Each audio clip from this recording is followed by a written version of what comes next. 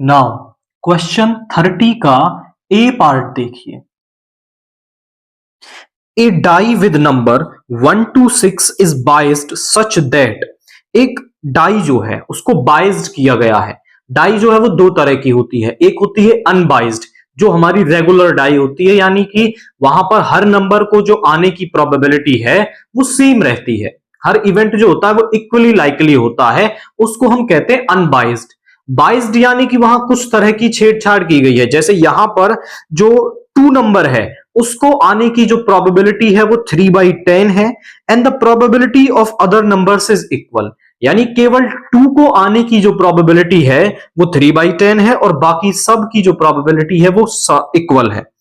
Find the mean of the number of times 2 appears on the die, तो हमें mean बता दीजिए किसका, कि नंबर ऑफ टाइम्स जो 2 आपका वहां पर आ रहा है if the die is thrown twice, यदि डाई को 2 बार वहां पर फेंका जाता है।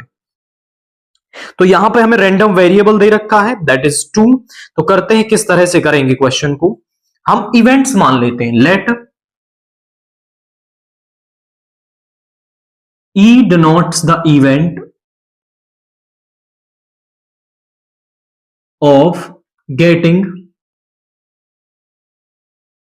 2, कि हमने ई इवेंट मान लिया कि हमें नंबर 2 मिले। F denotes the event of getting number other than 2, कि हमें अदर देन 2 नंबर मिले। तो ध्यान से देखो, probability of the event E जो है वो तो हमें क्वेश्चन में ही दे रखी है, दैट इज 3/10, और प्रोबेबिलिटी ऑफ एफ यदि आप निकालना चाहें सो that will B 1 minus probability of event E. या दो ही केसेस हो रहे हैं, या तो 2 के आने की प्रोबेबिलिटी या किसी और को ना आने की प्रोबेबिलिटी।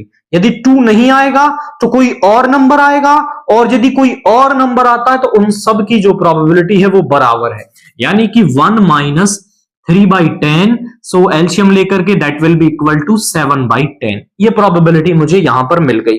अब जो रैंडम वेरिएबल है हमारा वो हमें दे रखा है number of times 2 appears on the die, तो हम मान लेंगे let X denotes the random variable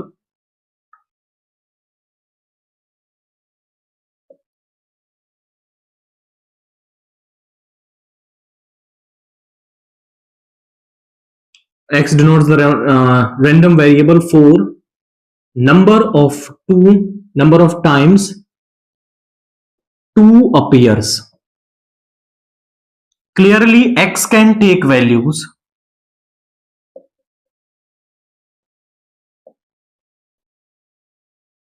x की वैल्यूज कहां क्या क्या हो सकती हैं, जब डाइस को 2 बार फेंका जा रहा है तो x की वैल्यूज क्या क्या हो सकती है।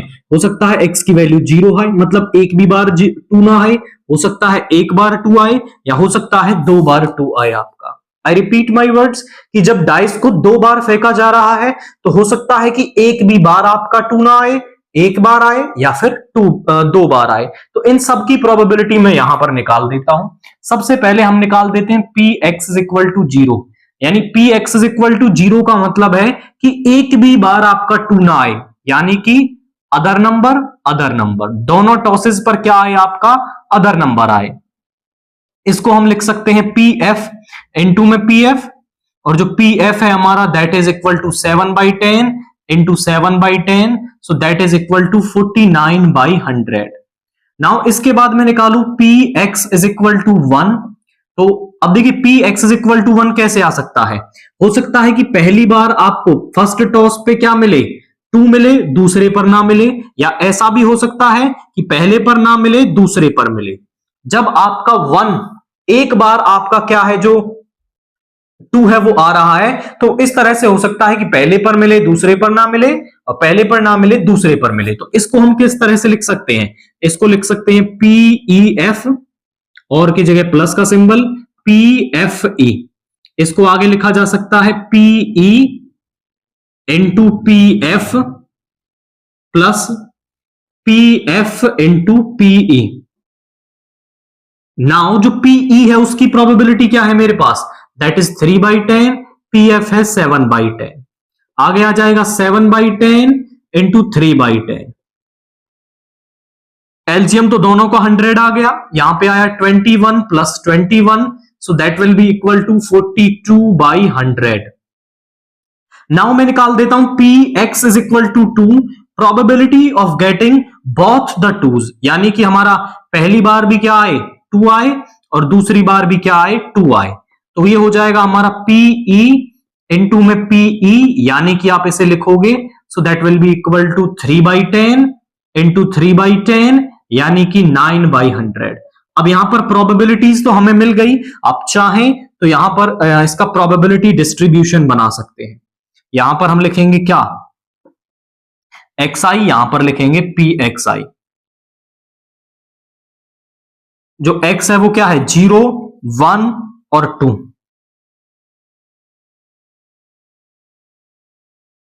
नाउ xi pxi प्रोबेबिलिटी, जब x इज इक्वल टू 0 है तो जो प्रोबेबिलिटी है वो कितनी है 49/100 है। x इज इक्वल टू 1 पर प्रोबेबिलिटी है 42/100, और जब नहीं है तो आपका है 9/100। अब जो मीन निकालते हैं हम, so mean is equal to में क्या होता है sum of xi into pxi, इन दोनों के प्रोडक्ट का जो सम होता है उसी को हम मीन कहते हैं यहां पर। तो यहां पे xi इंटू pxi इनका सम कर देंगे, सो 0 इंटू दिस इज 0, 42/100, और यहां पे आ जाएगा 18/100। अब जब आप इन्हें ऐड करोगे, summation of xi into pxi is equal to में, ध्यान से देखें, अब नीचे एलसीएम तो 100 है, ऊपर न्यूमरेटर वाला पार्ट ऐड होगा, 8 + 2 इज 10, कैरी 1 एंड 60/100, 0 से 0 कैंसिल हो जाएगा, या फिर यहां पर सीधा लिख दो 60/100, 0 से 60 और यहां पे 10, तो ये आ जाएगा 0.6, यानी जो इसका मीन है, मीन मेरे पास क्या आ रहा है यहां पर दैट इज इक्वल टू 0.6। तो आपके माइंड में यदि क्लियर रहेगा कि भाई मीन का फॉर्मूला क्या होता है, मीन का फॉर्मूला होता है xi इंटू pxi, तो फिर आप सिंपल तरीके से xi और pxi यानी इसका प्रोबेबिलिटी डिस्ट्रीब्यूशन निकाल देंगे और फिर उसका प्रोडक्ट करके उनका सम भी आप इजीली फाइंड आउट कर सकते हैं। आफ्टर दैट इसका बी पार्ट देखिए, 2 dice are thrown, defined are the following 2 events A and B। 2 dice को हमारा फेंका जाता है और A और B 2 इवेंट्स हमने यहां पर डिफाइन कर रखे हैं। कैसे? A क्या है कि x, y टाइप का ऑर्डर्ड पेयर उसमें आएगा जब इन दोनों का जो सम है वो क्या आता है 9 आता है, that is A event. B event क्या है कि उसमें x, y टाइप के ऑर्डर्ड पेयर आएंगे और जो x है वो केवल 3 नहीं होना चाहिए, y से हमें कोई मतलब नहीं है, y कुछ भी हो सकता है आपका, x 3 के अलावा कुछ भी हो सकता है आपका। तो ये 2 A और B हमने इवेंट बता दिए, where x, y denote a point in the sample space. Simple सी बात है, जो x, y टाइप का ऑर्डर्ड पेयर है ये उस पॉइंट को डिफाइन करता है जो सैंपल स्पेस में है। Check if events A and B are independent, हमें A और B को चेक करना है कि वो इंडिपेंडेंट है या नहीं है, और म्यूचुअली एक्सक्लूसिव है या नहीं है। पहले मैं कंडीशंस को डिफाइन कर दूं, यदि 2 इवेंट्स के बीच का इंटरसेक्शन इज इक्वल टू 5 आता है तो वो क्या होते हैं एक्सक्लूसिव होते हैं, म्यूचुअली एक्सक्लूसिव होते हैं। और यदि probability of A intersection B जो है वो probability of A into probability of B के बराबर आती है, तब वो होते हैं आपके इंडिपेंडेंट। तो ये 2 कंडीशंस हमें यहां पर चेक करनी है कि A इंटरसेक्शन B क्या 5 आ रहा है तो वो म्यूचुअली एक्सक्लूसिव हो जाएंगे। Probability of A intersection B जो है वो PA इंटू PB के बराबर आ रही है तो वो इंडिपेंडेंट भी हो जाएंगे। करते हैं बारी बारी चेक। देखिए 2 डाइस आर थ्रोन,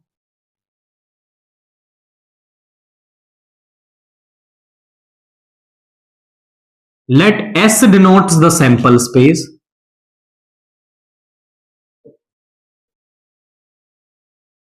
तो सैंपल स्पेस तो आपको बनाना आता है जब 2 डाइस को फेंका जाए, तो सैंपल स्पेस हमारा क्या बनेगा 1,1 से और 6,6 तक 36 एलिमेंट यहां पर आ जाएंगे। यदि मैं कहूं number of elements in sample space, so that would be equal to 36 यहां पर हो जाएगा। अब पहला इवेंट ए में लिखता हूं, ए के अंदर कौन कौन से आए, ऐसे कौन कौन से पेयर्स हैं इसके जिनका की जो सम है वो 9 बनता है। तो चेक करते हैं, ध्यान से देखिए जरा। भाई 1,6 तक तो 7 ही बन पाता है, वो तो हो ही नहीं सकता। 2 वाली सीरीज में भी कोई नहीं हो सकता, 3 वाली सीरीज में होगा 3,6, इसका सम 9 आता है। 4 वाली सीरीज में आता है 4,5, 5 वाली सीरीज में आता है 5,4 एंड 6 वाली सीरीज में आता है 6,3। इन सभी का जो सम है वो क्या होता है, 9 होता है। तो ए इवेंट के अंदर ये आएंगे। उसके बाद बी के अंदर क्या क्या आएगा, भाई बी के अंदर पहला इवेंट जो है, पहला जो एक्स है वो 3 नहीं होना चाहिए, उसके अलावा कुछ भी हो सकता है। यानी 1,1, 1,2 से 1 वाली जो पूरी सीरीज है वो इसमें आ जाएगी। 2,1, 2,2 से 2,6 तक ये 2 वाली सीरीज इसमें पूरी आ जाएगी। अब 3 वाली सीरीज इसमें नहीं आएगी क्योंकि वो होता है 3,1 और पहली पोजीशन पर 3 नहीं हो सकता। उसके बाद आ जाएगा यहां पे 4,1, 4,2 से 4,6 तक, 5,1 से 5,6 तक आप पूरा भी लिख सकते हैं, 6,1 से और 6,6 तक, ये हमारा आ गया बी। नाउ यदि मैं प्रोबेबिलिटी ऑफ ए निकालता हूं तो नंबर ऑफ एलिमेंट्स इन ए कितने हैं हमारे, और number of elements in sample space, तो नंबर ऑफ एलिमेंट्स इन ए जो है वो 4 हैं, टोटल होते हैं 36, यानी प्रोबेबिलिटी ऑफ ए जो है वो 1/9 आ जाएंगे। प्रोबेबिलिटी ऑफ बी हमारे पास क्या आ जाएगी, वो हो जाएंगे हमारे, देखिए 1 2 3 4 5, 30/36, यानी यहां पे 6 से 5 टाइम्स, 6 से 6, तो ये हो जाएगा 5/6। तो हमारे पास प्रोबेबिलिटी ऑफ बी क्या आ गई, that is equal to 5/6। Now मुझे क्या नीड होगी, probability of A intersection B की नीड होगी। ए इंटरसेक्शन बी यदि मैं निकालूं तो मेरे पास क्या कॉमन आएगा, देखो 3,6 तो आ ही नहीं सकता क्योंकि दूसरे वाले में पहली पोजीशन पर कहीं 3 है ही नहीं। 4,5 यहां आ जाएगा,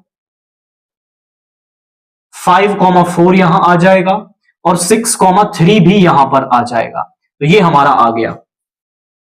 नाउ अगर आप चेक करें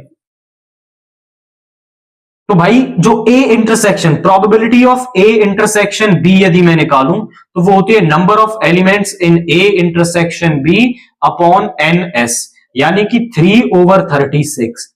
3 से कैंसिल करेंगे तो यहां पे आ जाएगा 1/12।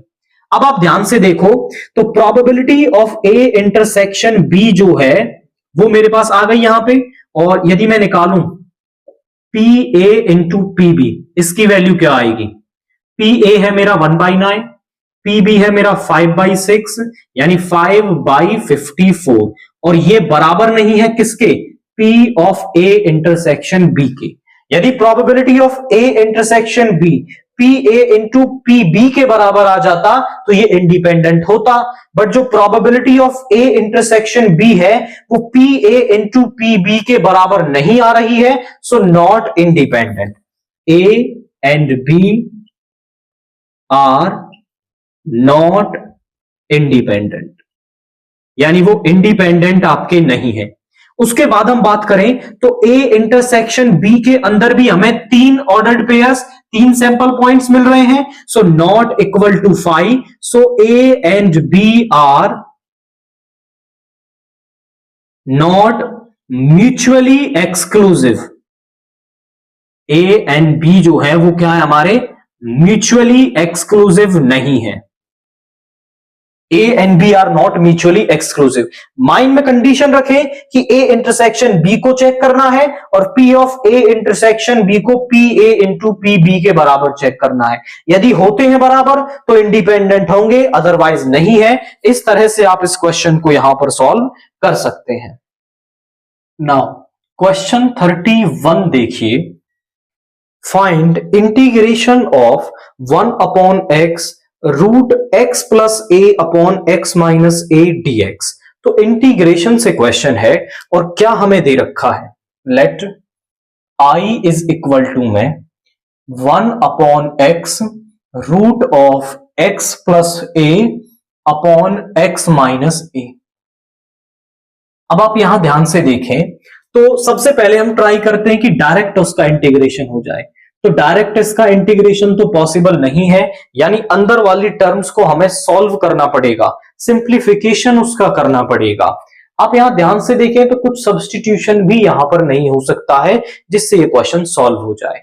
तो अंदर वाली टर्म को हम थोड़ा सा सिंप्लीफाई करने की कोशिश करते हैं कि भाई यहां देखो x माइनस ए है, तो इस x माइनस ए का मैं क्या कर दूं, रेशनलाइजेशन कर लूं। तो ये टर्म कुछ ऐसी बन जाएगी 1 upon X root of x plus A upon x minus A into में x माइनस ए अपॉन में x माइनस ए।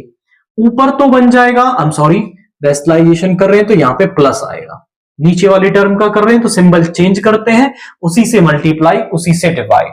अब ऊपर तो आपका होल स्क्वायर बन जाएगा, तो यहां पे आ गया 1 अपॉन एक्स रूट ऑफ, ऊपर और नीचे में अलग अलग रूट लगा लूं तो root of X plus A का होल स्क्वायर, नीचे a minus B into A plus B, that will be A square minus B square.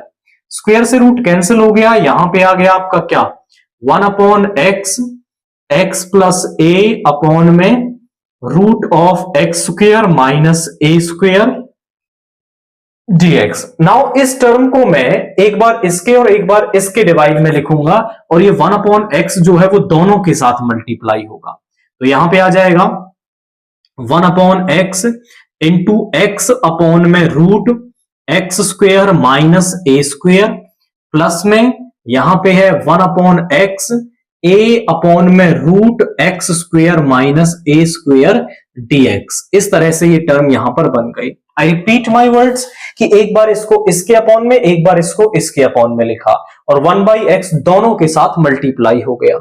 यहां तो x से x कैंसिल हो गया, तो यहां पर तो टर्म आ गई simple 1 upon root X square minus A square dx, और यहां पर a को ले लो बाहर, तो यहां पे आ जाएगा x into root X square minus A square dx। अब ये दोनों ही हमारे क्या है, फॉर्मूले हैं, बेसिक फॉर्मूले हैं इंटीग्रेशन के, कि integration of root X square minus A square क्या होता है हमारे पास, that is equal to log X plus में सेम टर्म आ जाएगी, और यहां पर 1 upon X into root X square minus A square जो है वो होता है 1 by A sec inverse X by A plus का सी। ये बेसिक फॉर्मूले हैं, तो यहां पर इसका इंटीग्रेशन तो आ जाएगा लॉग एक्स प्लस रूट में सेम टर्म आ जाएगी, प्लस यहां पे आएगा 1 अपॉन ए सेक इनवर्स एक्स अपॉन ए प्लस में कांस्टेंट ऑफ इंटीग्रेशन, ए से ए कैंसिल हो गया, तो जो आई है वो हमारा किसके बराबर आ गया, log X plus root X square minus A square plus sec inverse X by A plus का सी।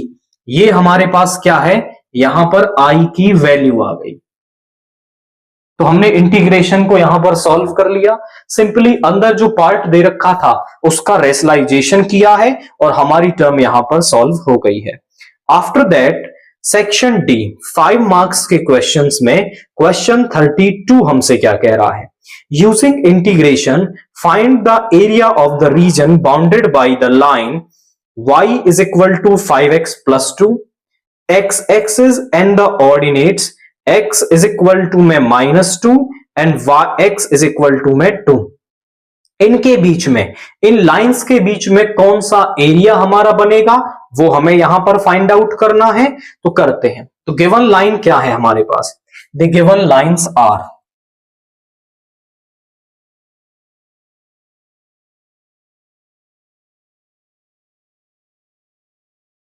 वो है हमारे पास y इज इक्वल टू में 5x plus 2 comma x is equal to -2 and x is equal to 2। ये हमारे पास lines है। तो सबसे पहले तो हमें इनका ग्राफ बनाना होगा, तो ग्राफ कैसे बनाएंगे, देखिए graph of y is equal to 5x plus 2, केवल हमें इसका ग्राफ पता लगाना है, वो ग्राफ तो हम जानते हैं। तो यहां पर हमने ले लिया x, यहां पर ले लिया y, जब x को 0 लेंगे तो y आ जाएगा 2, जब y को जब y को 0 लेंगे तो x हमारा आएगा माइनस का 2/5। लेकिन ये पॉइंट ऐसा है जो थोड़ा दिखेगा नहीं, तो एक ऐसा पॉइंट ले लो जिसको इजीली ड्रा किया जा सके। यानी कि यहां पर आ जाएगा, देखिए इसमें मैं ले लेता हूं क्या, x को 1 रख देता हूं, x को 1 रख दूंगा तो y आ जाएगा 7। इन दो पॉइंट से हम लाइन को ड्रा कर लेंगे। अब आप ध्यान से देखें यहां पर, तो लाइन का ग्राफ बनाना है आपने, तो -2 तक जा रहा है और y जा रहा है 7 तक।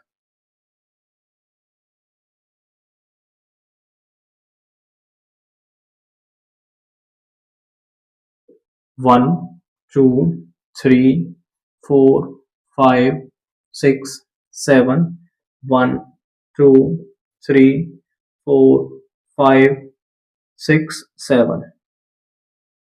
यहां पे माइनस का 1, माइनस का 2, माइनस का 1, माइनस का 2, negative Y axis, negative X axis, Y axis and X X. x0 y2 कहां पर है, यहां पर।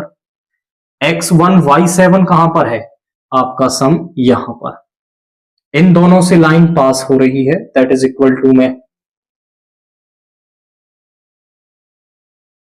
इस तरह से लाइन बनेगी। This is y is equal to 5x plus का 2। नाउ अगला लाइन जो है वो है हमारे पास x is equal to -2।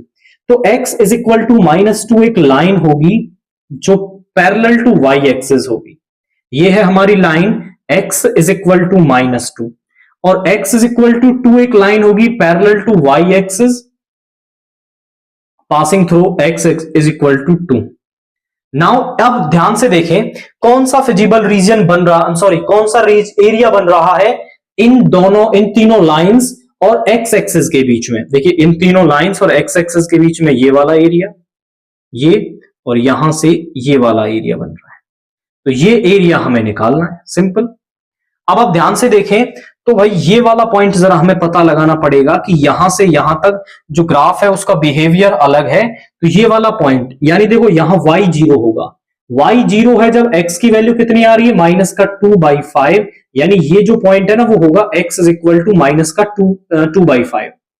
x is equal to, यहां ये पॉइंट जो है वो x इज इक्वल टू -2/5 है। आप बोले सर आपने कैसे निकाल दिया, तो भैया ये है x एक्सिस और x एक्सिस पर y कोऑर्डिनेट होता है 0। तो इस लाइन में x के जगह 0, y के जगह 0 रख दो तो x की जो वैल्यू आएगी वही पॉइंट है और वो हम पहले से ही निकाल चुके हैं, दैट इज -2/5। अब हम निकालते हैं रिक्वायर्ड एरिया। रिक्वायर्ड एरिया हमें कहां से कहां तक, -2 से 2 जाना है, लेकिन जब हम कहां से कहां जा रहे हैं, -2 से और इस पॉइंट तक -2/5 तक जा रहे हैं, तो जो हमारा ग्राफ है वो बिलो द एक्स एक्सिस बन रहा है। और जब वो graph below the x axis बने तो -y dx, कर्व को हम क्या लेते हैं, नेगेटिव, प्लस माइनस के 2/5 से, और जब 2 जाएंगे तो अबव एक्स एक्सिस है y dx। एक तो ये तरीका होता है कि जब graph below the x axis बने तो आप उस कर्व को नेगेटिव ले लें, क्योंकि अंदर से वैल्यू नेगेटिव आएगी, उसको पॉजिटिव करना होता है, area can not be negative.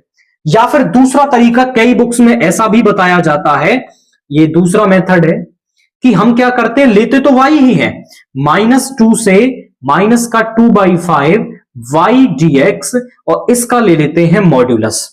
देखो मॉड्यूलस ले लोगे तो भी अंदर से आ रही वैल्यू को पॉजिटिव कर देंगे और यहां माइनस सिंबल लगाओगे तो भी अंदर से आने वाली जो नेगेटिव वैल्यू है वो पॉजिटिव हो जाएगी, बाकी पार्ट सेम रहेगा। -2/5 से 2y dx, कोई फर्क नहीं आना इस पर, सिंपल रहेगा। अब जो y है वो हमारा है क्या, अब या तो ये ले लेना या ये ले लेना, -2 से -2/5, y क्या है 5x प्लस 2, और माइनस साइन को बाहर ले लो, dx प्लस -2/5 से 5x प्लस 2 dx। अब आप समझें कि integration of ax plus B की पावर n जो है वो हमारे पास क्या होता है, वो होता है ax प्लस बी की पावर n+1 अपॉन n+1 और इस अंदर वाली टर्म का डिफरेंशिएशन, ये हमारा इसका इंटीग्रेशन होता है। तो सिंपल है कि भाई पहले इसकी पावर का कर लेंगे, फिर अंदर वाली टर्म का डिफरेंशिएशन भी हम नीचे लिख देंगे। तो ध्यान से देखिए जरा क्या आएगा इसका इंटीग्रेशन, माइनस साइन बाहर चल रहा है, 5x प्लस 2 का स्क्वायर और अपॉन में पावर आ गई, और जब इसका डिफरेंशिएशन करेंगे तो वो 5 आ जाएगा। यहां लिमिट्स पुट कर देंगे, that will be equal to -2 से माइनस का 2/5 प्लस सिमिलरली वहां पर हो जाएगा 5x प्लस 2 का स्क्वायर, और यहां पावर नीचे आई और इसका डिफरेंशिएशन दैट इज 5, और लिमिट्स है हमारी माइनस का 2/5 से 2। नाउ यहां पर लिमिट्स पुट करते हैं माइनस, जब यहां अपर लिमिट रखोगे ध्यान से देखना, 5 इंटू में माइनस का 2/5 प्लस का 2, 5 से 5 कैंसिल हो गया, -2 प्लस का 2 ये 0 आ गया, तो पूरी टर्म 0 बन गई। जब आपने अपर लिमिट रखी तो पूरी टर्म 0 बन गई। अब लोअर लिमिट को यहां पर रखते हैं, तो 5 इंटू -2 यानी माइनस का 10 प्लस का 2, और ये ऊपर वाली टर्म का स्क्वायर है, नीचे है 10 आपका, प्लस अपर लिमिट को रखेंगे 5 टू 10 प्लस 2 का स्क्वायर अपॉन में 10, और जब -2/5 को यहां पर रखेंगे तो ये 0 बन जाएगा आपका। तो यहां पर ध्यान से देखें, माइनस का 10 प्लस का 2 यानी कितना आ गया आपका, ध्यान से देखें, ये हो गया माइनस का 8, और माइनस के 8 का स्क्वायर हो जाएगा 64/10, 10 का स्क्वायर नहीं होगा क्योंकि स्क्वायर से बाहर है 10, ये आ गया माइनस का, प्लस यहां पर 12 का स्क्वायर यानी 144/10, यहां पर ये प्लस का हो जाएगा, बाहर वाला माइनस इसको प्लस का बना देगा, 64/10 प्लस 144/10, दोनों को ऐड कर देंगे तो 4 प्लस 4 8 हो गया, 4 प्लस 6 हो गया 10, कैरी 1 208, 2 से कैंसिल कर लेते हैं 5 टाइम्स, 2 से 104 यानी 104/5 स्क्वायर यूनिट्स, ये जो है हमारा यहां पर एरिया आ रहा है। आप की कंसेप्ट को समझें, यह है 104। की कंसेप्ट क्या है कि यहां पर जो ये वाला पार्ट है इसको या तो नेगेटिव आपको लेना होगा या फिर आप इसमें मॉड्यूलस का सिंबल लगाएंगे। जब आप मॉड्यूलस लगाएंगे तो भी अंदर से जो आने वाली नेगेटिव वैल्यू है वो पॉजिटिव बन जाएगी और हमारा काम हो जाएगा। हमारा काम यहां अल्टीमेटली पहले तो ग्राफ बनाने का है। ग्राफ बना करके हमने लिमिट्स पता लगाई और ये देखा कि ग्राफ किस तरीके से बन रहा है। अगर वो बिलो द एक्स एक्सिस बन रहा है तो फिर ठीक है, और अबव एक्स एक्सिस बन रहा है तो पॉजिटिव लेंगे और बिलो द एक्स एक्सिस उसको नेगेटिव लेंगे और सिंपल तरीके से यहां पर बढ़ सकते हैं। अब कई बार आप कहने लगे सर हम अलग अलग इंटीग्रेशन कर लें, 5 into X square by 2 plus 2x, तो बिल्कुल कर सकते हो, बट कैलकुलेशन थोड़ी सी यहां पर बढ़ जाएगी जब आप लिमिट्स को इसके अंदर पुट करेंगे। नाउ क्वेश्चन 33 देखिए, find integration of X square plus x plus 1 upon में x plus 2 into X square plus 1।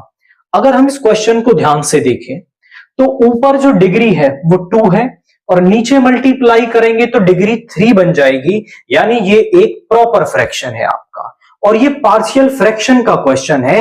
Partial fraction से हम इंटीग्रेशन को कैसे करते हैं, यहां पर जो टर्म लिखी हुई है इस टर्म को हम क्या मान लेंगे, x square plus x plus 1 upon में एक्स प्लस 2 इंटू में एक्स स्क्वायर प्लस 1, इसको हम मान लेंगे ए अपॉन में एक्स प्लस 2 प्लस, अब ये वाली क्वाड्रेटिक है तो ऊपर बी एक्स प्लस सी यानी लीनियर लिखोगे तो यहां पे आ जाएगा X square plus 1।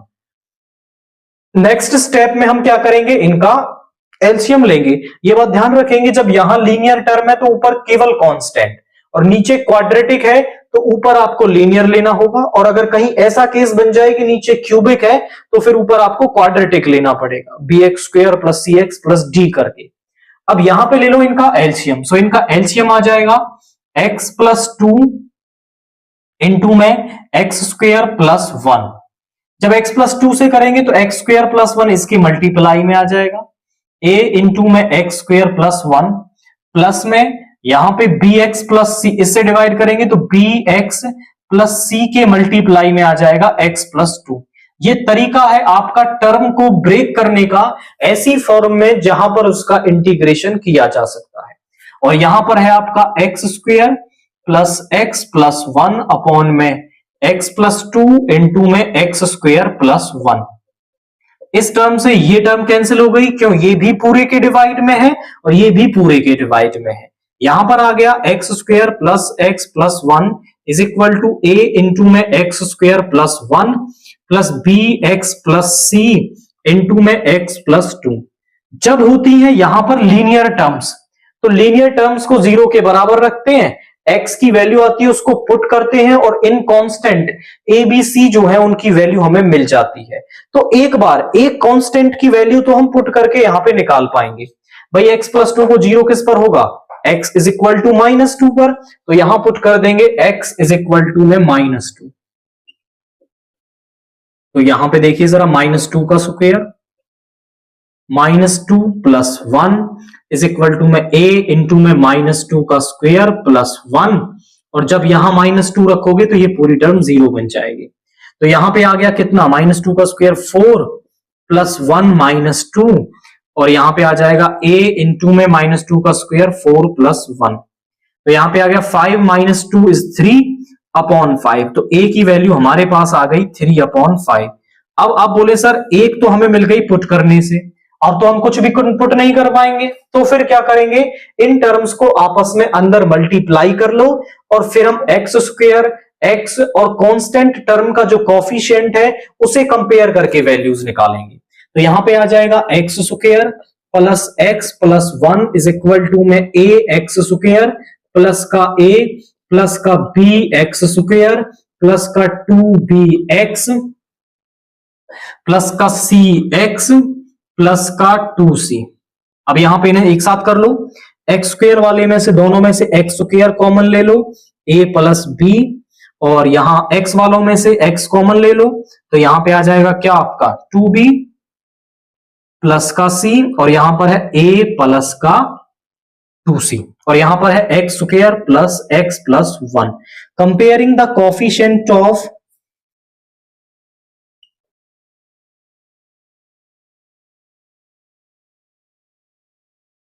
X square x and constant term,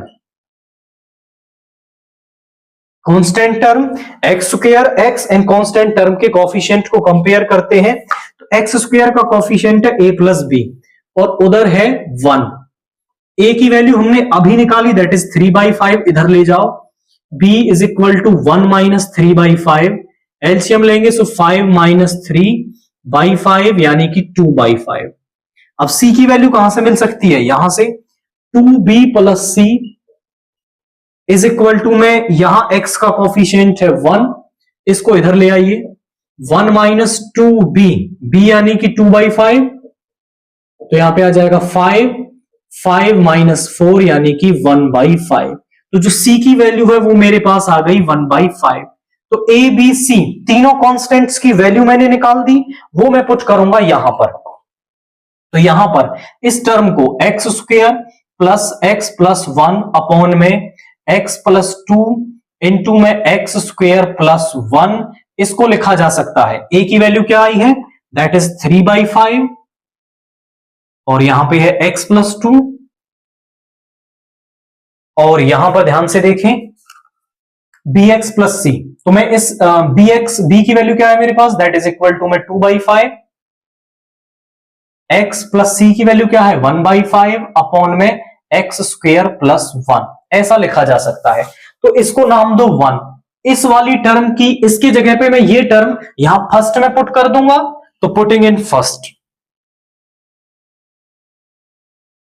तो यहां पे i जो है वो किसके बराबर आ जाएगा 3/5 x प्लस टू, और इसको ना मैं दोनों के अपॉन में अलग अलग लिख देता हूं, सो 2/5, और आई मस्ट से कि 2 को भी इधर ही रहने दो, 2x को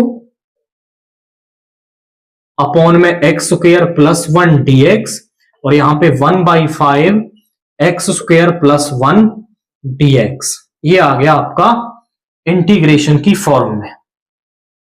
अब आप ध्यान से देखें, तो हमारा जो काम था ना वो यही था कि इसको ऐसी फॉर्म में ब्रेक कर पाए with the help of partial fraction जहां पर इसका इंटीग्रेशन किया जा सके।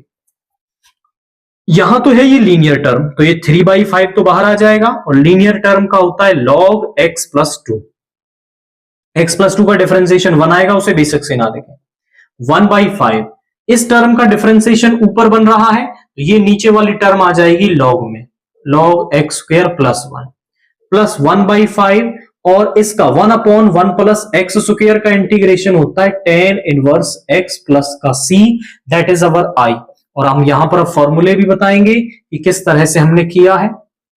यहां पे फॉर्मूले बताएंगे कि अगर ऐसा केस हो, नीचे फंक्शन ऊपर उसका डिफरेंशिएशन, तो उसका इंटीग्रेशन होता है log fx प्लस का c, और यदि अपॉन इंटीग्रेशन में 1/1 प्लस एक्स स्क्वायर होता है हमारा tan इनवर्स x प्लस का c, और यदि हमारे पास 1/ax प्लस b का इंटीग्रेशन करना हो तो वो होता है log ax प्लस b, और नीचे इस डिफरेंशिएशन आता है इस ax प्लस b का, पर क्योंकि यहां पर आपका x प्लस 2 का जो डिफरेंशिएशन है वो 1 ही आएगा तो हमने उसे नहीं लिखा है। आप समझ पाए हैं कि जब हमने इसको ब्रेक कर लिया है with the help of partial fraction, फिर इजी टाइप का इंटीग्रेशन यहां पर फॉर्म हो रहा है। नाउ क्वेश्चन 34 का ए पार्ट देखिए। Find the shortest distance between the lines.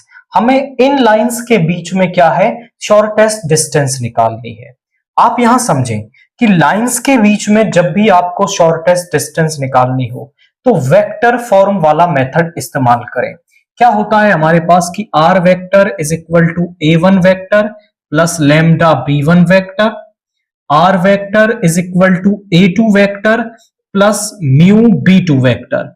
तो इनके बीच में जो शॉर्टेस्ट डिस्टेंस d है उसका फॉर्मूला होता है a2 vector minus a1 vector dot b1 cross b2 का modulus upon b1 cross b2 का मॉड्यूलस। ये होता है फॉर्मूला। बट यहां पर तो ये कार्टेशियन फॉर्म में दे रखी है, तो पहले आप इन्हें वेक्टर फॉर्म में कन्वर्ट कर लें, क्योंकि जो कार्टेशियन फॉर्म वाला मेथड होता है ना वो काफी कंफ्यूजिंग एंड उसका एक फिक्स्ड फॉर्मूला है जो काफी बड़ा सा होता है, उसको लिखने में बच्चे जनरली मिस्टेक करते हैं। सो आई सजेस्ट कि पहले आप उसे वेक्टर फॉर्म में कन्वर्ट करके ये मेथड इस्तेमाल करोगे ना तो आपको कोई दिक्कत नहीं आएगी। कन्वर्ट कैसे करते हैं, मान लीजिए हमारे पास जो स्टैंडर्ड फॉर्म है वो होती है x minus x1 y minus y1 z minus z1 upon a b c। यह है कार्टेशियन फॉर्म जहां पर x1 y1 z1 वो पॉइंट है जिनसे वो लाइन पास हो रही है और a b c उसके डायरेक्शन रेशियोज हैं। तो उसकी वेक्टर फॉर्म में इक्वेशन आएगी x1 i cap y1 j cap plus z1 k cap plus lambda into में a i cap b j cap plus c k cap. ये हमारे पास उसकी इक्वेशन आ जाएगी। और अगर यहां प्लस आता है तो फिर यहां माइनस का x1 आपका आ जाएगा, क्योंकि फॉर्मूले में तो यहां क्या होता है, माइनस ही होता है, तो उसे फिर माइनस ऑफ माइनस x1 लिखना पड़ेगा। तो वो माइनस का x1 वो अंदर माइनस का रहा होगा तभी उसने उसको प्लस का बनाया होगा। तो इनको करते हैं इक्वेशंस इन वेक्टर फॉर्म।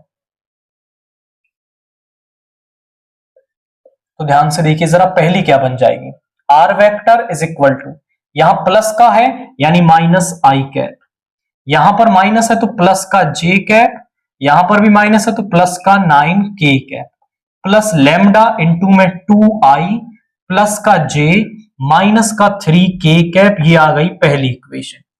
दूसरी को कन्वर्ट करते हैं तो यहां पे आ जाएगा 3i माइनस का 15j और ये प्लस का 9k कैप प्लस का mu into 2i minus 7j plus का 5k कैप। ये आ गई हमारे पास दूसरी इक्वेशन। अब इस फर्स्ट और टू को हम कंपेयर करेंगे इनके साथ और a1 a2 b1 b2 को फाइंड आउट करेंगे। कंपेयरिंग 1 and 2 विद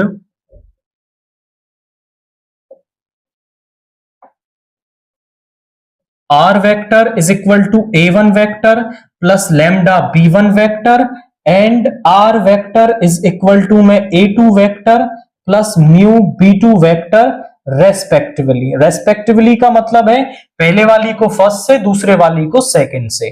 तो जो a1 वेक्टर है वो मेरे पास क्या आ जाएगा, माइनस आई प्लस का j और यहां पर आ जाएगा आपका प्लस का 9k कैप।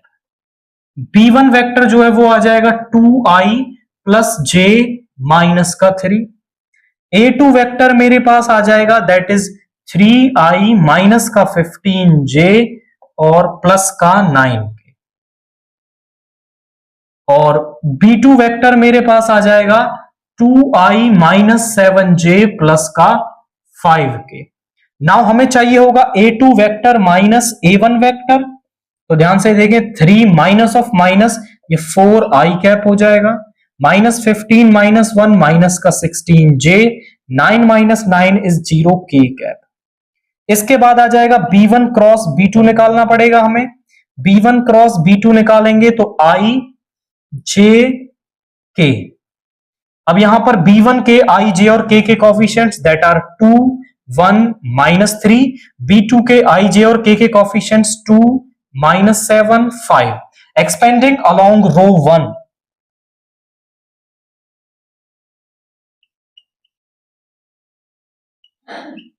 यहां पर आ जाएगा that will be equal to i cap.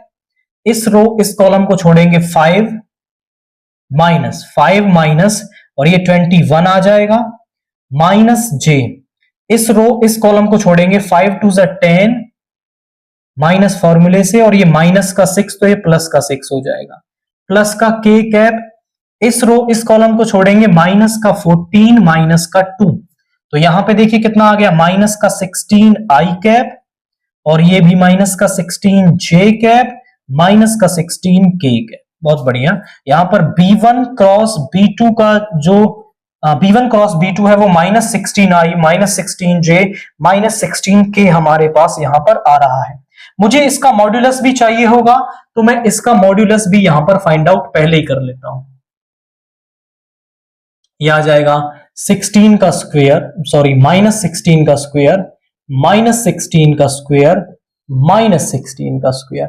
16 का स्क्वायर होता है 256, तो 256 प्लस 256 प्लस 256 यानी हो गया 18 कैरी 1, 15 और 1 16 कैरी 1 6 7 768। अब रूट के अंदर आएगा 768, अब रूट के अंदर 768, इसका रेशनलाइज इसका प्राइम फैक्टराइजेशन कर लूं सो दैट जरूरी टर्म्स बाहर आ सके।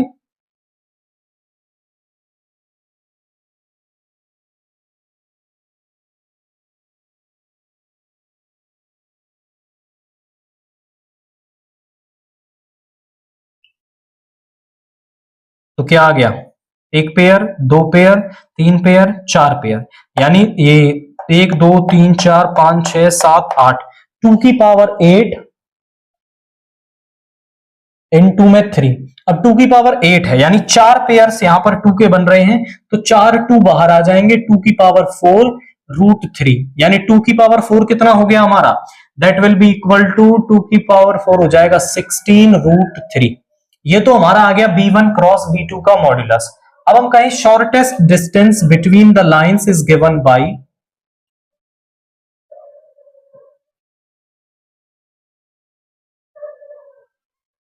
between the lines is given by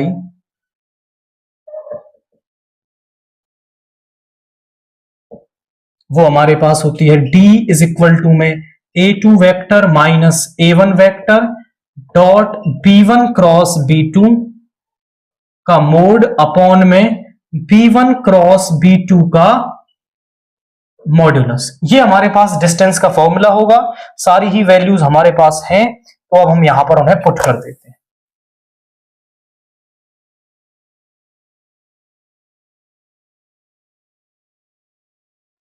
तो जरा देखिए, a2 vector minus a1 dot b1 cross b2 का डॉट प्रोडक्ट क्या आ जाएगा, जरा देखिए 4 इंटू में माइनस 16 इज माइनस का 64 and minus 16 into minus 16 is plus का 256 और 0 इंटू में माइनस 16 0 हो जाएगा मॉड्यूलस, और नीचे वाली टर्म हमारी आई है 16 रूट 3। अब नीचे रूट 3 तो नहीं चाहिए होगा, तो इसका रेशनलाइजेशन भी हमें करना पड़ेगा।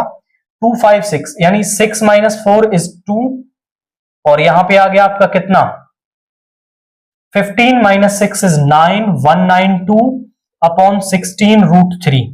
रेशनलाइजेशन कर लेते हैं रूट 3 बाई रूट 3, तो यहां पे आ जाएगा आपका कितना 16 से करते हैं 1 टाइम, क्या रिमाइंडर बचा 3 32 12। अब यहां पे आ गया 12 रूट 3 और नीचे रूट 3 इंटू रूट 3 3 बन गया, 3 से 4 टाइम्स कैंसिल हो गया, सो d इज इक्वल टू 4√3। तो यहां पर हमारे पास उनके जो बीच की डिस्टेंस है दैट इज 4√3 यूनिट्स यहां पर आ रही है। आप समझें कि अगर आपको इक्वेशंस कार्टेशियन फॉर्म में भी दे रखी हो तो पहले आप उन्हें वेक्टर फॉर्म में कन्वर्ट करेंगे एंड रेस्पेक्टिव फॉर्मूला यूज करके आप उनके बीच की जो शॉर्टेस्ट डिस्टेंस है उसको यहां पर निकालेंगे। नाउ क्वेश्चन 34 का बी पार्ट देखिए। Find the image a dash of the point A212 in the line L. R vector is equal to 4i plus 2j plus 2k cap plus lambda I minus j minus k. Also find the equation of line joining AA dash. Find the foot of perpendicular from the point A on the line L. अपने आप में एक complete question और मैं ये कहूं कि complete concept को ये बिल्डअप कर रहा है। जब इस तरह का क्वेश्चन आए कि जैसे यहां पर दे रखा है एक पॉइंट ए जिसके की कोऑर्डिनेट्स है 212 और एक लाइन यहां पर दे रखी है दैट इज एल, और या फिर कहूं मैं उसे कुछ नाम दे सकता हूं सम ए बी, और यहां से एक परपेंडिकुलर इस पर डाला गया है जिसके कि यहां पर हम उसको m मान लें और इसकी इमेज बन रही है यहां पर a डैश। तो हमें इस इमेज के कोऑर्डिनेट्स निकालने हैं, फुट ऑफ परपेंडिकुलर निकालना है और a डैश की इक्वेशन हमें यहां पर निकालनी है। तो ये इस तरह का जब क्वेश्चन आता है तो यहां पर हमसे क्या क्या पूछ सकता है, पहला फुट ऑफ परपेंडिकुलर पूछ सकता है, दूसरा परपेंडिकुलर डिस्टेंस भी हमसे वो पूछ लेता है, तीसरा वो इमेज हमसे पूछता है, इक्वेशन हमसे निकलवाता है, और ये सभी कंसेप्ट इसने इस ही क्वेश्चन में हमसे पूछ लिए हैं। तो ये भी अच्छा है कि एक ही क्वेश्चन में आप सारी चीजें सीख लेंगे।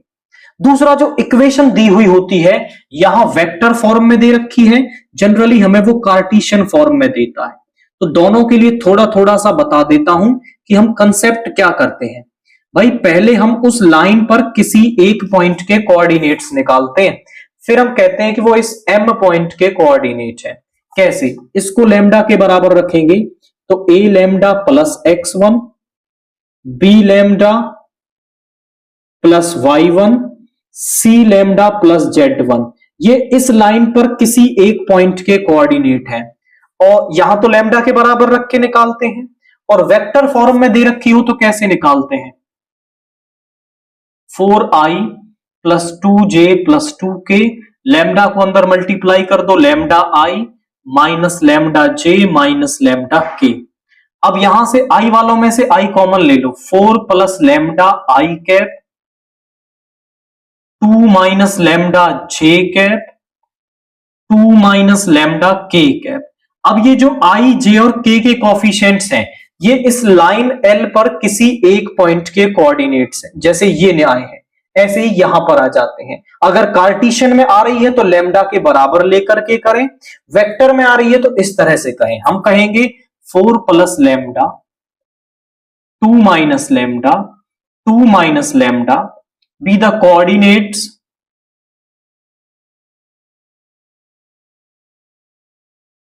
of some point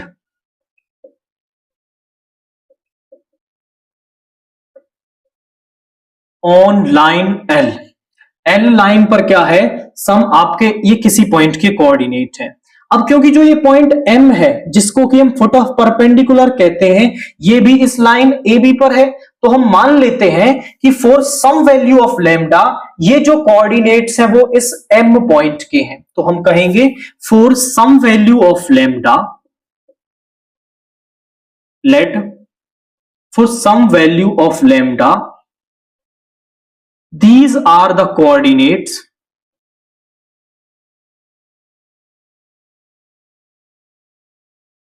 of m, कि लैम्डा की सम वैल्यू के लिए ये इस m के कोऑर्डिनेट है। तो m के कोऑर्डिनेट ये मुझे मिल गए तो मैं am के drs निकाल सकता हूं। सो drs ऑफ am क्या हो जाएंगे, ध्यान से देखें, एक और कंसेप्ट रिवाइज करवाता हूं कि मान लीजिए हमारे पास एक लाइन है जिसके की coordinates x1 y1 z1 x2 y2 z2 है। तो इस लाइन AB के जो drs हैं वो क्या हो जाएंगे, डायरेक्शन रेशियोज, वो होते हैं x2 minus x1, y2 minus y1, z2 minus z1, ये उसके डायरेक्शन रेशियोज हो जाते हैं। तो यहां पर m के कोऑर्डिनेट्स मेरे पास हैं, a के मेरे पास हैं, तो क्या हो जाएंगे 4 प्लस लैम्डा माइनस 2, यानी ये आ जाएगा 2 plus lambda, 2 minus lambda minus 1, तो ये हो जाएगा 1 minus lambda, 2 minus lambda minus 2, ये हो जाएगा माइनस का लैम्डा। और इस ए बी के जो डायरेक्शन रेशियोज हैं, डीआरस ऑफ ए बी, यदि ये कार्टेशियन फॉर्म में है तो ये एबीसी इसके डायरेक्शन रेशियोज हैं, और अगर ये वेक्टर फॉर्म में है तो आई जे और के कोएफिशिएंट्स 1 माइनस 1 माइनस 1। अब अगर हमारे पास दो लाइनें परपेंडिकुलर है, हम कहेंगे a m is perpendicular to a b, so इनके जो डीआरस का प्रोडक्ट है का सम हमारे पास 0 के बराबर होगा, यानी 1 into 2 plus lambda minus 1 into 1 minus lambda minus 1 into minus lambda जो है वो 0 होगा। तो यहां से तो आया 2 plus lambda minus 1 plus lambda is equal to 0, lambda plus lambda is 3 lambda, 2 minus 1 is 1 आ गया, इधर ले जाएंगे माइनस का 1, लैम्डा इज इक्वल टू में माइनस का 1/3, तो जो लैम्डा है वो मेरे पास माइनस का 1/3 आ गया। अब अगर मैं लैम्डा की वैल्यू यहां रखता हूं तो मुझे कोऑर्डिनेट्स ऑफ एम मिल जाएंगे। सो कोऑर्डिनेट्स ऑफ एम, और एम ही क्या है हमारा फुट ऑफ परपेंडिकुलर है, तो मैं कोऑर्डिनेट्स ऑफ एम कहूं या फुट ऑफ परपेंडिकुलर कहूं तो एक ही बात है, वो क्या मिलेगी जरा देखिए, लैम्डा की वैल्यू माइनस का 1/3 यहां पर रख दो, 4 माइनस का 1/3 यानी 12 माइनस 1/3 यानी 11/3, तो यहां पे आ गया 11/3। उसके बाद यहां पे रखेंगे 2 माइनस, और माइनस का 1/3 है यानी प्लस का 1/3, 3 टू 6 प्लस 7/3, और ये भी सेम ही है आपका, तो ये भी आ जाएगा 7/3। तो मेरे पास जो फुट ऑफ परपेंडिकुलर भी वो शायद पूछ रहा था हमसे, तो फुट ऑफ परपेंडिकुलर आ गया 11/3 7/3 7/3। इसके बाद वो कह रहा है कि भाई आप इमेज निकाल दो। तो भाई इमेज का कंसेप्ट ऐसा है, मान लीजिए ये हमारा मिरर है, ये ऑब्जेक्ट है, तो मैं इस मिरर से जितनी दूरी पर हूं मेरी इमेज भी उतनी ही दूरी पर बनेगी, यानी एम से जितनी दूरी पर ये पॉइंट है उतनी ही दूरी पर इसकी इमेज होगी। इमेज के कोऑर्डिनेट्स लेट से मैंने अल्फा बीटा गामा मान लिए, तो एम यहां पर मिड पॉइंट हो जाएगा, तो mid point of A dash निकाल दूं मैं, mid point of A dash वो हो जाएगा मेरा, जरा देखिए 2 प्लस अल्फा बाई 2 और 1 plus beta by 2, 2 plus gamma by 2, ये मेरे पास आ गए इस ए डैश के मिड पॉइंट के कोऑर्डिनेट्स, और एम इसका मिड पॉइंट मुझे यहां पर दे भी रखा है जो हमने अभी निकाला, तो 2 प्लस अल्फा बाई 2 जो है वो किसके बराबर आ जाएगा 11/3 के, 2 तो इधर आ जाएगा आपका मल्टीप्लाई में, यानी 22/3, 2 इधर सब्ट्रैक्ट हो जाएगा, 22/3 माइनस का 2, यानी यहां आ जाएगा 22 माइनस 6/3, तो ये आ जाएगा कितना अपना, ये आ जाएगा 16/3, ये तो आ गया अल्फा। अगला बीटा निकालते हैं, so 1 plus beta by 2 is equal to 7/3, 2 इधर मल्टीप्लाई में तो 14/3, और ये प्लस का 1 इधर जाकर के माइनस का 1, यानी ये आ जाएगा 11/3।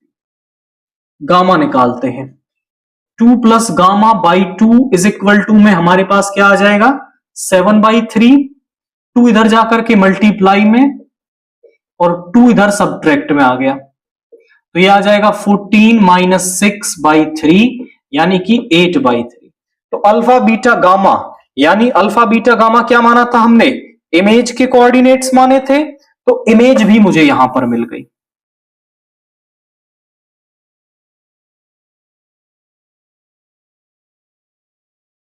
तो इमेज हमारे पास क्या आ गई, इमेज इज इक्वल टू में 16/3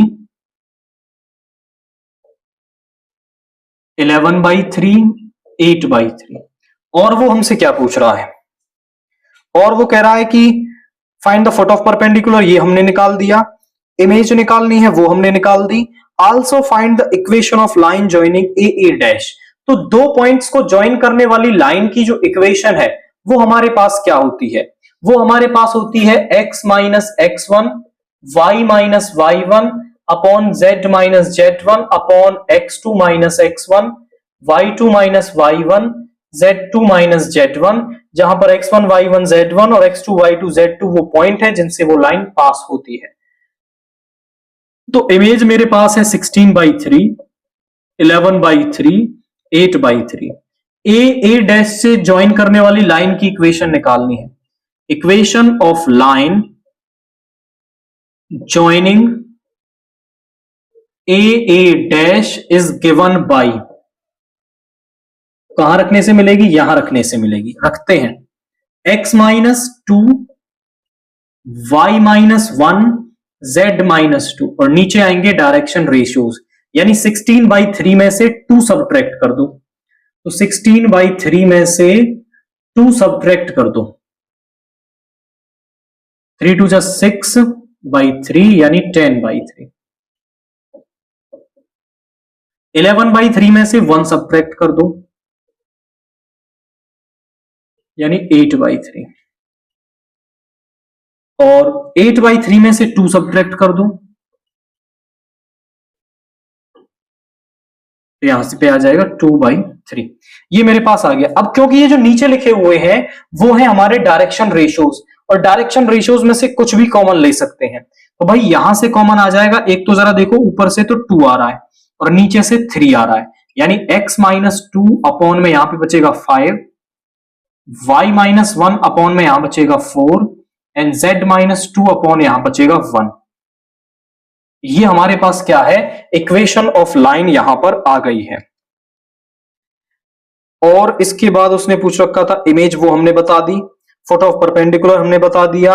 line of equation of line भी हमने यहां पर बता दी। ये 3 चीजें पूछ रखी थी। अब वो इसमें ही चाहता तो आपसे वो परपेंडिकुलर डिस्टेंस पूछ सकता था, तो आप डिस्टेंस फॉर्मूला लगा करके वो डिस्टेंस भी यहां पर कैलकुलेट कर सकते हैं। जनरल बेसिक कंसेप्ट आपके माइंड में होना चाहिए, फिर आपसे वो किसी भी तरह का क्वेश्चन पूछ ले आप वो सब यहां पर बता सकते हैं।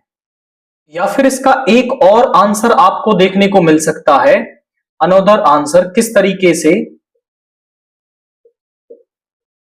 कि यहां पर ये जो 3 है इसको तो आप ऊपर ले जाएं, तो यहां पर क्या आ जाएगा, 3 इंटू में x माइनस 2, यहां पे आ जाएगा 3 into y minus 1, 3 into z minus 2, और यहां पे नीचे आ गया आपका क्या, 10, 8 और 2, यहां से 2 कॉमन आ रहा है वो ले लो, 3 इंटू एक्स माइनस 2 अपॉन 5, और यहां पे 3 into y minus 1 upon 4 and 3 into z minus 2 upon 1।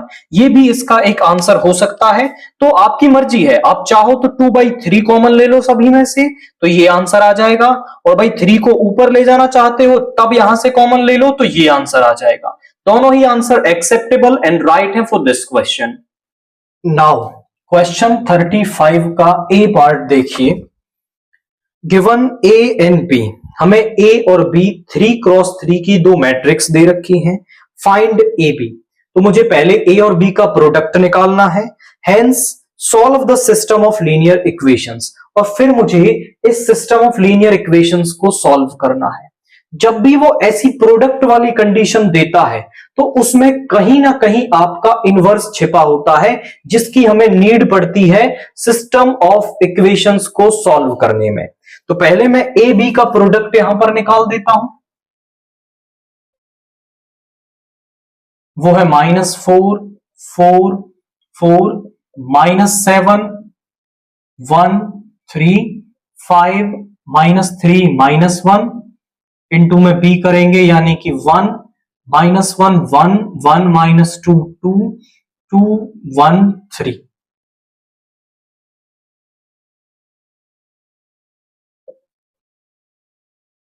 पहली रो की पहले कॉलम के साथ माइनस का 4 प्लस का 4 प्लस का 8, यहां पे आ जाएगा प्लस का 4 माइनस का 8 प्लस का 4, यहां पे आ जाएगा माइनस का 4 प्लस का 8 और प्लस का 12,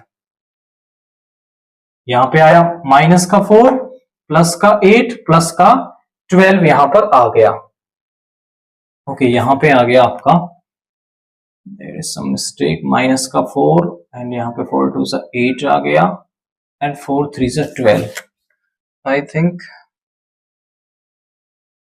यहां पर है माइनस का 2, यहां पर माइनस का 2 है, तो जब इसके साथ करेंगे तो ये माइनस का 8 यहां पर आ जाएगा।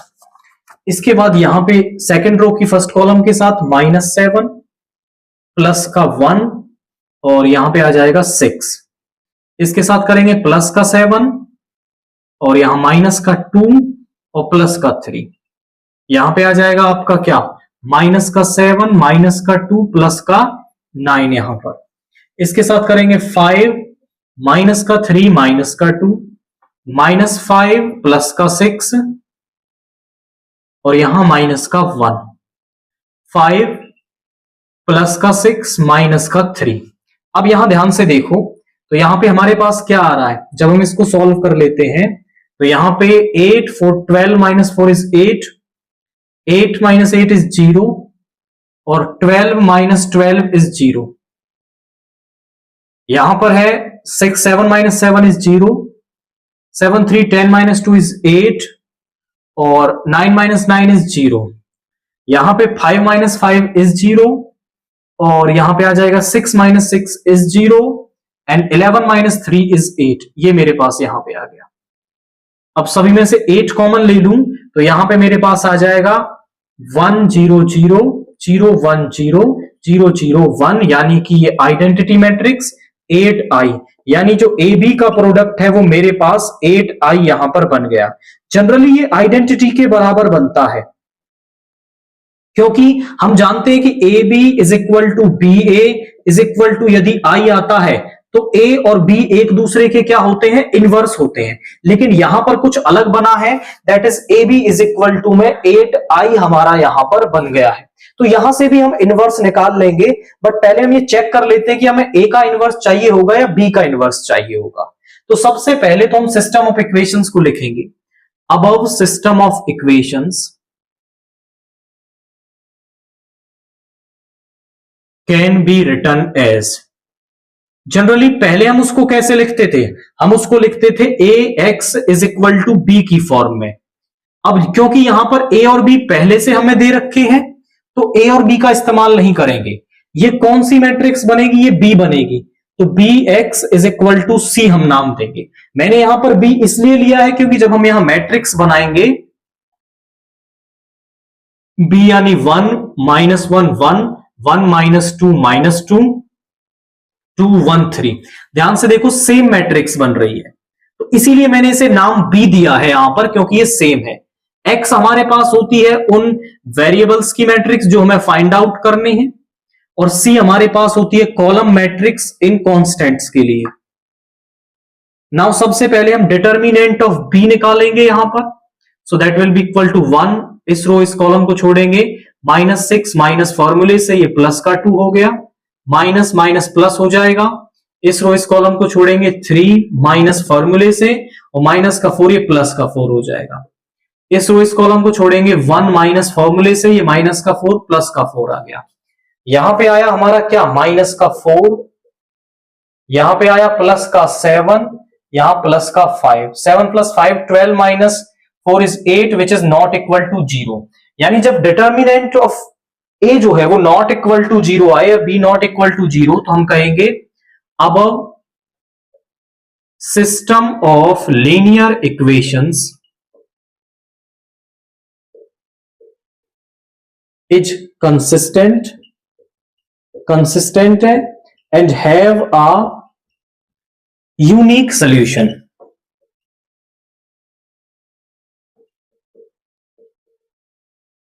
गिवन बाई, और उसका जो यूनिक सोल्यूशन है वो हमें कहां से मिलेगा, x is equal to b inverse c से, यहां रखने से हमें उसका सोल्यूशन मिल जाएगा। अब यहां हमें b का इनवर्स निकालना है, तो b इनवर्स से दोनों तरफ मल्टीप्लाई कर दो, post multiplying by B inverse. तो ध्यान से देखो जरा क्या बन जाएगा, यहां आ जाएगा a into B inverse 8i into B inverse. Post multiply का मतलब पीछे से। वी नो दैट कि अगर हम किसी भी मैट्रिक्स को उसके इनवर्स से मल्टीप्लाई करें तो वो आइडेंटिटी के बराबर होता है, और आइडेंटिटी मैट्रिक्स में किसी भी मैट्रिक्स को मल्टीप्लाई करें वो उसी के बराबर होता है।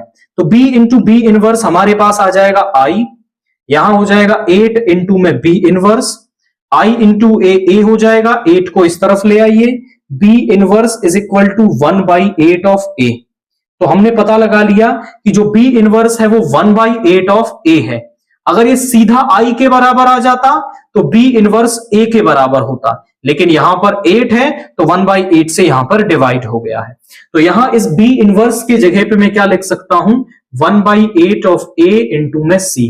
1/8 a क्या है मेरा, वो मुझे दे ही रखा है, -4 4 4 -7 1 3 5 -3 -1, और यहां पर जो c है वो है मेरा 4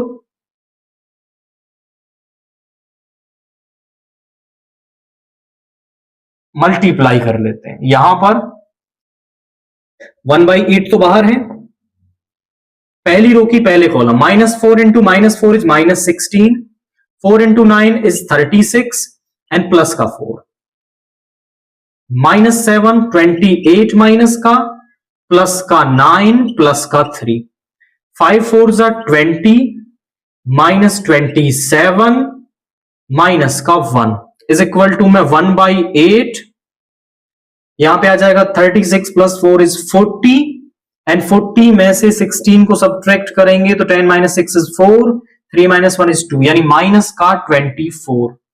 और यहां पे कितना आ गया आपका, -28 प्लस का 9 इज -19, -19 प्लस 3 इज माइनस का 16, यहां पे आ गया माइनस का 7, -1 इज माइनस का 8।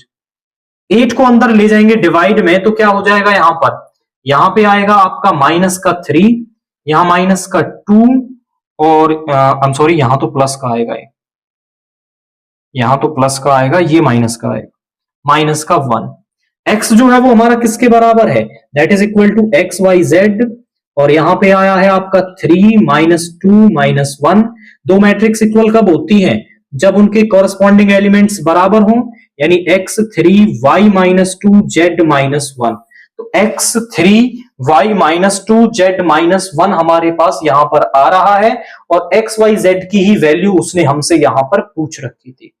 तो ये जो एक इजी टाइप का क्वेश्चन है, क्योंकि A इनवर्स तो हमें इसमें निकालना ही नहीं होता। ये पॉइंट आप अपने माइंड में रखेंगे कि जब भी आपको प्रोडक्ट की कंडीशन वो दे दे, तो प्रोडक्ट की कंडीशन वो देता ही इसलिए है आपको, ताकि आप उसकी मदद से वो इनवर्स जो आपको सिस्टम ऑफ लीनियर इक्वेशंस को सॉल्व करने में जरूरत पड़ेगी वो आप यहां से निकालो, अलग से सॉल्व नहीं करना होता। बट ये सारा कुछ लिखना होता है कि सोल्यूशन हमें यहां रखने से मिलेगा। अब बी इनवर्स आप पहले से निकाल चुके हैं, उसको यहां पुट करेंगे और सिस्टम ऑफ लीनियर इक्वेशंस को सॉल्व करके एक्स, वाई और जेड की वैल्यू यहां पर निकालेंगे।